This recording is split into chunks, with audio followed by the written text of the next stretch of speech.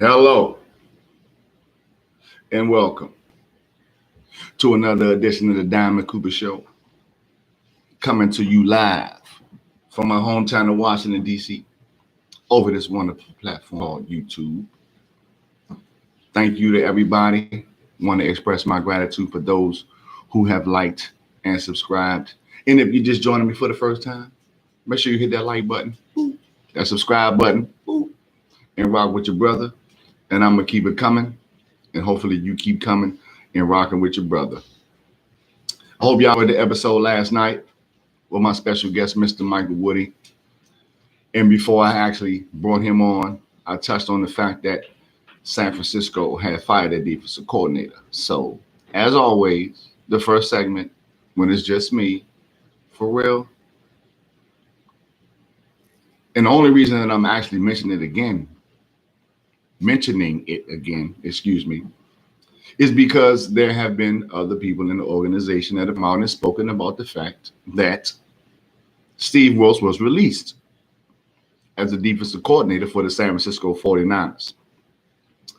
Kyle Shanahan says that losing Robert Saleh and DeMeco Ryans really hurt them.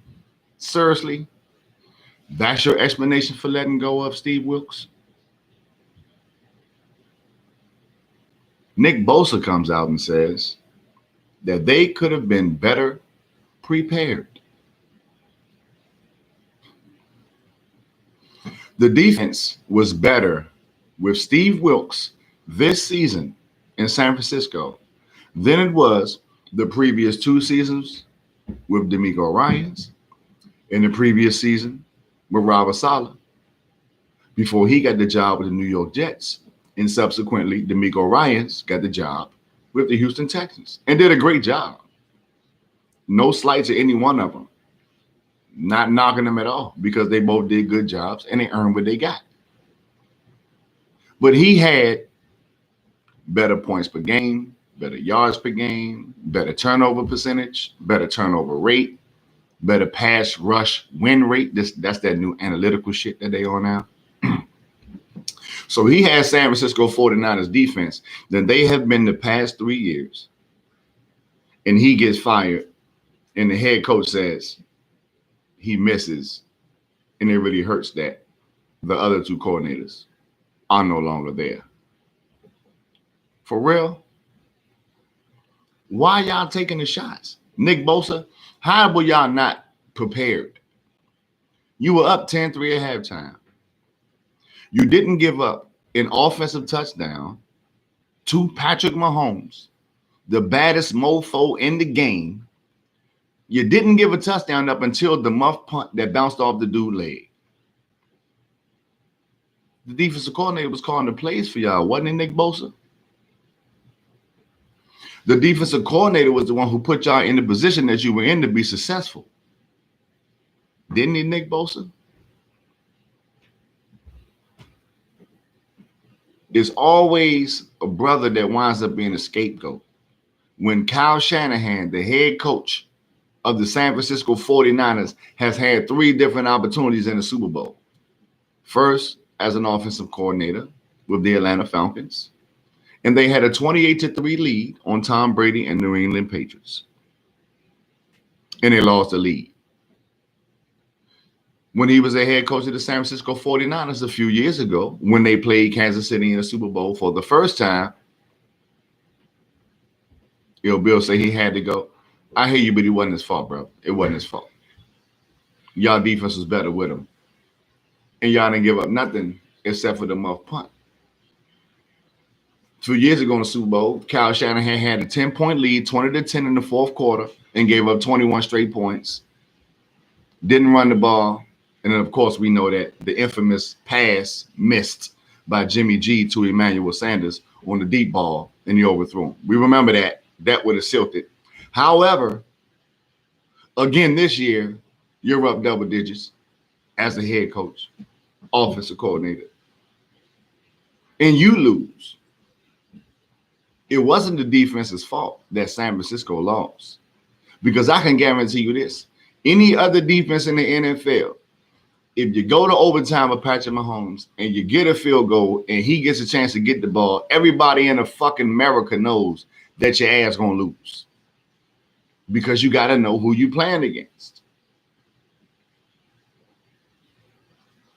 Why, in the third quarter, out of the play calls, Kyle Shanahan, since you want to use Steve Wilks as a scapegoat, why in the third quarter did Christian McCaffrey only get 2 touches in 3 drives? The best player on your field, arguably the best player in the NFL, CMC. You was calling the plays. You had a lead. Why did Christian McCaffrey touch the ball only 2 times in the third quarter? Is that Steve Wilks' fault? Is the muff punt Steve Wilks' fault? Is the fumble by the aforementioned Christian McCaffrey Steve Wilks' fault? No. And even though McCaffrey fumbled in the third quarter, you went away from your bread and butter. The only reason that the motions and everything work with everybody else is because you got Christian McCaffrey getting chunks of yards, and that opens it up for everybody. You stop giving the ball to your best player. Hands down. He got a bad rap at Arizona, had 1 year as a head coach, an injured Kyler Murray. It didn't do great. They let him go. He goes to Carolina. He's on that staff. Matt Rule gets fired midway through the season. He takes over. Carolina plays more inspired football. They go 500 the rest of the year. Instead of getting a nod for the job, they give it to Frank Reich, wind up firing him halfway through the next season. Now he gets this opportunity, and after 1 year, he's out. This doesn't happen to coordinators that look like other people or that are from other trees in the NFL. Just saying. Just saying. Moving to the next NFL topic. I'm probably not going to be, I didn't have a lot of inspiration for this past season, but I definitely have less inspiration now to root for my Cowboys, because instead of hiring Rex Ryan, we hired Mike Zimmer. And at his press conference, he proceeds to say, we're not trying to reinvent the wheel. What wheel are you talking about? The wheel of winning? You were our defensive coordinator from 2000 to 2006. Did we win? You left and you were the head coach of the Minnesota Vikings for a while. A good stint.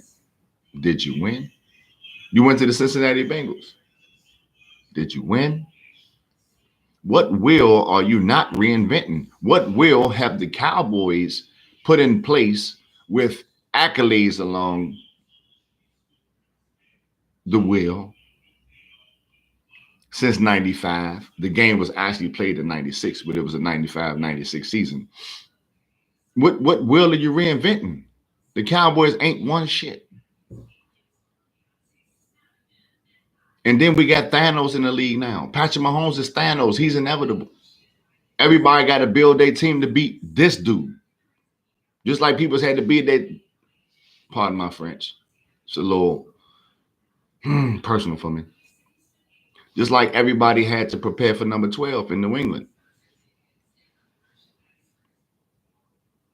Win something, create a winning culture, then speak and talk about what you're reinventing or not trying to reinvent. Man, no, ain't nobody trying to hear that shit. Win. There's only one team standing every year. Everybody else is a fucking loser. If you want to get down to brass tacks with it, you got hired. Kudos to you.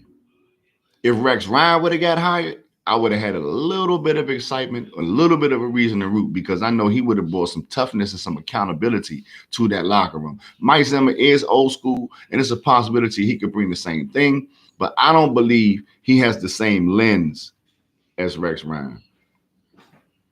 So I'm off. Now tracking to the NBA because it's All-Star Weekend, but before we get to the All-Star Weekend and what's going on for the weekend, celebrity game tonight, don't have no jewel for that. But I do have a jewel for the All-Star game. Before I talk about the All-Star Remember, the Milwaukee Bucks fired Adrian Griffin after 43 games, and they were 30-13. They had an interim coach. He went 2-1, and then Doc Rivers took over. Since Doc Rivers has took over, they 3-7 after losing last night on the road at Memphis without 5 players or 6, including John Morant, Desmond Bain, Marcus Smart. Of course, Steven Adams is out. Jaren Jackson was out. And they lost. Not looking good. Doc got let go by Philly last year, the Sixers. Now he gets this job, and you got Giannis and Dame. And since he's been with Dame only his points have dropped from 27 a game down to 20. So it's like, I don't know if that chemistry is really there. It's unfortunate. They still are in third, but they have Philly and they have the Knicks right on their heels. And it's a higher probability with the way that they're playing right now, not playing no defense. They never was playing no defense. Played a little bit better defense, but now they're not scoring as much. It's going to be a problem for the Bucks. Come on, Doc, get it together now. You got back in the league. Come on now, get over the hump. Only thing you're known for is losing 3-1 leads, Doc. Doc Rivers, I love you. You're a great coach. I love you. But you're only known for losing 3-1 leads. Come on now. You got Giannis and Dame. Figure this shit out. When it comes to the dunk contest, it's weird. It's only 4 people in it. Only 2 of them actually play in the NBA. The other 2 play in the G League. One, Max McClung, he won last year. And Jacob Toppin, who was a younger brother of Obi Toppin, who was with the Knicks, but now he's with the Pacers. Jaime Jaquez Jr., rookie out of UCLA that's playing with the Miami Heat, and Jaylen Brown for the Boston Celtics. I don't have any excitement in it because I grew up in the era where all the stars played in the All-Star game and all the stars played in the dunk contest and in the three-point contest. And right now it's like, bah humbug. Real shit. Three-point contest, a little bit more intriguing. Tyrese Halliburton from the Indiana Pacers, Donovan Mitchell from the Cleveland Cavaliers, Dame Lillard from the Milwaukee Bucks that I was just talking about how disappointing they've been. Maybe he can win that and help his motivation or something coming out the All-Star break, because it didn't go to an All-Star break looking pretty good. Jalen Brunson from the New York Knicks, Karl Anthony Towns from the Minnesota Timberwolves, and he can shoot a 3 for a big guy. Malik Beasley, also from Milwaukee Bucks, and Trae Young from the Atlanta Hawks. And we know Trae can hit it, but it's different when you're shooting around the hoop and you got to grab the ball off the rack. It's not like you catching and shooting. You got to grab it off the rack, and so it's a different thing. It's a completely different thing. As far as starters on the East, we got Giannis, Joel Embiid, but he's not playing because of injury. Tyrese Halliburton, Damian Lillard, Jason Tatum. I believe Bam Adebayo is going to replace Embiid in the start lineup. Is either him or Paolo Banchero. Bam Adebayo played for the Miami Heat, for those who don't know, and Paolo Banchero from Duke University that plays with the Orlando Magic. One of those 2 going to replace him, but those are 2 reserves in the East, along with Scotty Barnes, Jaylen Brown, Jalen Brunson, Tyrese Maxey, Donovan Mitchell, Julius Randle is out because of injury, and Trae Young. And in the West, the starters, and all of this come from voting, fan voting for the starters, and then the reserves are voted on by the coaches. Starters are LeBron James, Luka Doncic, Kevin Durant, Shai Gilgeous-Alexander, having a wonderful season for Oklahoma City, averaging over 30, getting it in. The Clippers miss him, but they looking real good, though. I don't even – the Clippers used to miss him, but I don't think they miss him right now because the Clippers is balling because Kawhi and PG are healthy. And, of course, Nikola Jokic, the Joker. From the reserves, we got Devin Booker from Phoenix, Steph Curry, Anthony Davis, Ant-Man, Anthony Edwards from the Minnesota Timberwolves, Paul George, Kawhi Leonard, Karl Anthony Towns. And now that we're talking about the All-Star game, it's time for Diamond's Jewel. Take the West. If you just want to bet on who's going to win the game, cover the spread or money line. I believe they're going to cover the spread as well. But if you want to be safe and just take money line and just take them to win, take the West. And if you want to, oh my goodness, I done messed up my, I'm messing up my equipment, y'all. Oh. And if you want to get a 2-pick in, then you take the West and the under. And at this moment, it is 363 and a half. Take it under. The West and the under. Shout out to Caitlin Clark, Iowa guard in college. NCAA wins women's basketball. She just broke the all-time scoring record in Division I women's basketball, passing Kelsey Plum. She now has 3,528 points, and she passed Kelsey Plum in 13 fewer games. Remarkable feat. And the Indiana Fever have the number 1 pick in the WNBA this year coming up. And if they get her, they're going to pair her with Aaliyah Boston from last year. That's going to be something. Caitlin Clark, congratulations. Much respect to the Iowa Hawkeyes and everything that y'all doing. I know y'all can mess around and get to that Final Four. And she putting up buckets, y'all. Y'all have to watch her play. Yo-yo, dribble, rebounding, passing, can get the triple-double, but definitely can give you 30 without even trying. I'm talking about it's ridiculous, y'all. If you haven't watched her, go check out the clips of Caitlin Clark from Iowa University. Oh, my God. One more thing before I get to the shout-outs and get out of here tonight. Just with you for a few minutes. Shannon, Sharpe, and Mike Epps met up, and they squashed the beef. That's what I'm talking about. People, celebrities that look like us in position, moving past whatever differences that you had and coming to an understanding and moving beyond it and recognizing there's so much more to life and we don't need to be at each other's necks. So kudos to Shannon Sharpe and Mike Epps for getting together and squashing that and not continuing to feed the narrative that everybody wants, the higher ups. I speak of the hierarchy where we are at each other's throats and bringing each other down. So kudos to them for doing that. Shout out Vaughn, Nicole, Ty Kenya, the mothers of my future. Baby, remember this. You can't change what already transpired. It's a waste of time. But what you can do is do better now. Be the best version of yourself. Let your people know that you love them. Build your people up instead of bringing them down. Find the good in the negative situation, and everything will be better. If we focus on better, then that's what we're going to get.